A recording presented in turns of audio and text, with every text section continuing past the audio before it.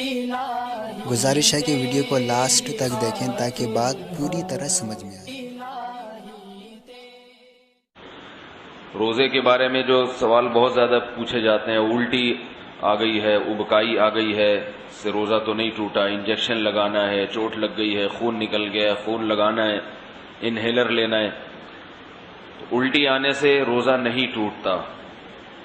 الٹی آنے سے روزہ اس وقت ٹوٹے گا جب دو شرطیں پائی جائیں گی۔ ایک یہ کہ الٹی منہ بھر کر ہو، بہت زیادہ، اور منہ بھر کر الٹی ہوئی اور آپ نے اس کو نگل لیا تو نگلنے سے روزہ ٹوٹ جائے گا۔ دوسری شرط یہ ہے کہ الٹی منہ بھر کر ہو، خود سے نہ ہو بلکہ آپ نے جان بوجھ کر کی ہو، منہ بھر کر اچھی طرح سے۔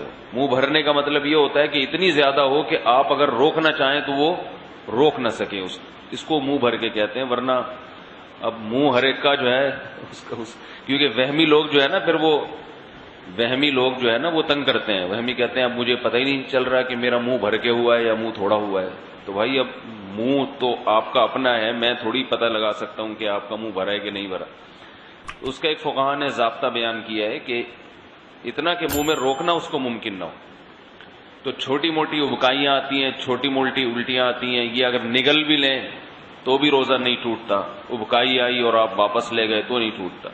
تو منہ بھر کر ہو اور آپ اس کو نگل لیں، یا نگلیں تو نہیں لیکن وہ منہ بھر کے خود سے نہیں ہوئی بلکہ آپ نے حلق میں انگلی ڈال کے قے کی ہے۔ تو عام طور پر ایسا کوئی کرتا نہیں ہے روزے میں، اس لیے اس کو اتنا بیان کرنے کی ضرورت بھی پیش نہیں آتی۔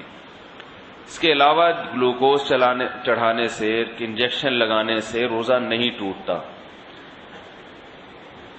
روزہ ٹوٹتا ہے کھانے پینے کے، ناک کے راستے یا منہ کے راستے کوئی چیز پیٹ کے اندر جائے، یا مقعد کے راستے کوئی چیز پیٹ کے اندر جائے۔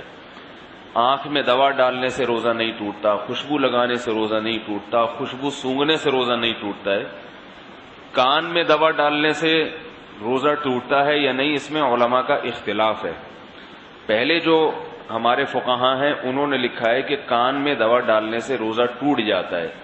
اس کی وجہ یہ ہے کہ ان کا یہ خیال تھا کہ کان جو ہے نا یہ دماغ تک اس کا کوئی لنک ہے، ہم جب کوئی چیز کان میں ڈالتے ہیں تو دماغ میں پہنچتی ہے وہ۔ لیکن بعد میں جو ڈاکٹروں کی تحقیق ہے وہ یہ کہ کان میں کچھ بھی ڈال دیں وہ دماغ تک نہیں پہنچتی، نہ پیٹ میں جائے گی وہ، نہ دماغ میں جائے گی۔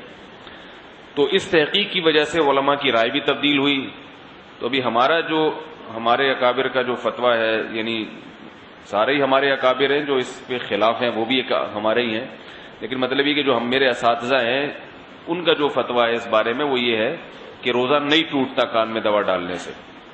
البتہ ہمارے ہی اکابر میں بعض اس کے قائل ہیں کہ ٹوٹ جاتا ہے، تو احتیاط یہ کہ نہ دوا ڈالی جائے، اور اگر کسی نے دوا ڈال دی ہے تو بھی کچھ نہیں ہوتا، انشاءاللہ روزہ نہیں ٹوٹے گا۔